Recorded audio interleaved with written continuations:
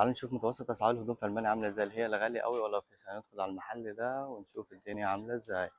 ندخل على التيشيرتات. التيشيرت هنا كان عامل 9 يورو 99، يعني تقريبا 10 يورو، في كل الألوان وكل المقاسات اللي أنت عايزها.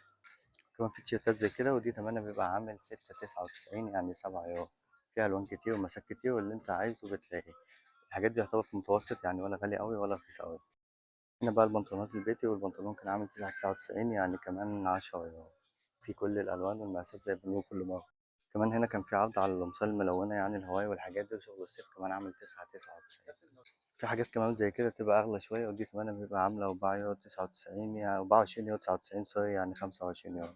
هنا كمان كان في عرض على شغل الشتا، يعني البلوفر والحاجات دي كلها فاينل سيل، وكل حاجة بسعرها. يعني حاجة زي كده مقطوعة مش هنشوف أي حاجة فيها، وحاجة زي دي كانت عاملة 4 99 يورو، يعني 5 يورو. مفيش أرخص من كده بصراحة.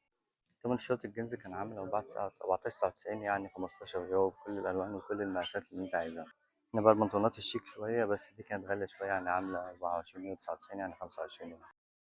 جينز بكل الألوان وكل المقاسات، وده تمنه كان عامل 29 يورو 99، يعني 30 يورو. والأسعار دي زي ما قلنا إن هي ولا غالية ولا رخيصة، في أغلى من كده وفي كمان حاجات أرخص من كده، بس دي الجودة اللي هي المتوسطة يعني.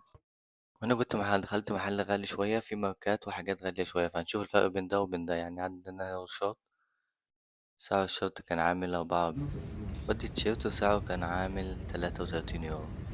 الشرابات بقى، ونشوف التلات شرابات دول سعرهم عامل 12 يورو. يعني زي ما في الغالي في كمان الرخيص. نخش على البنطلونات بقى ونشوف البنطلون هنا سعره عامل كام. واحد اديداس مفهوش سعر، ده التاني النايك عاملة 40 يورو، البوم قصدي عاملة 40 يورو. طبعا مفيش فصال، يعني أمي لو جت هنا هيضيع محتواها حرفيا. أمهاتنا محتواهم كلهم في الفصال. مفيش كمان حد 15 جنيه نروح بيها، مفيش الكلام ده كله، هيطردنا راجل. ده سويتشيرت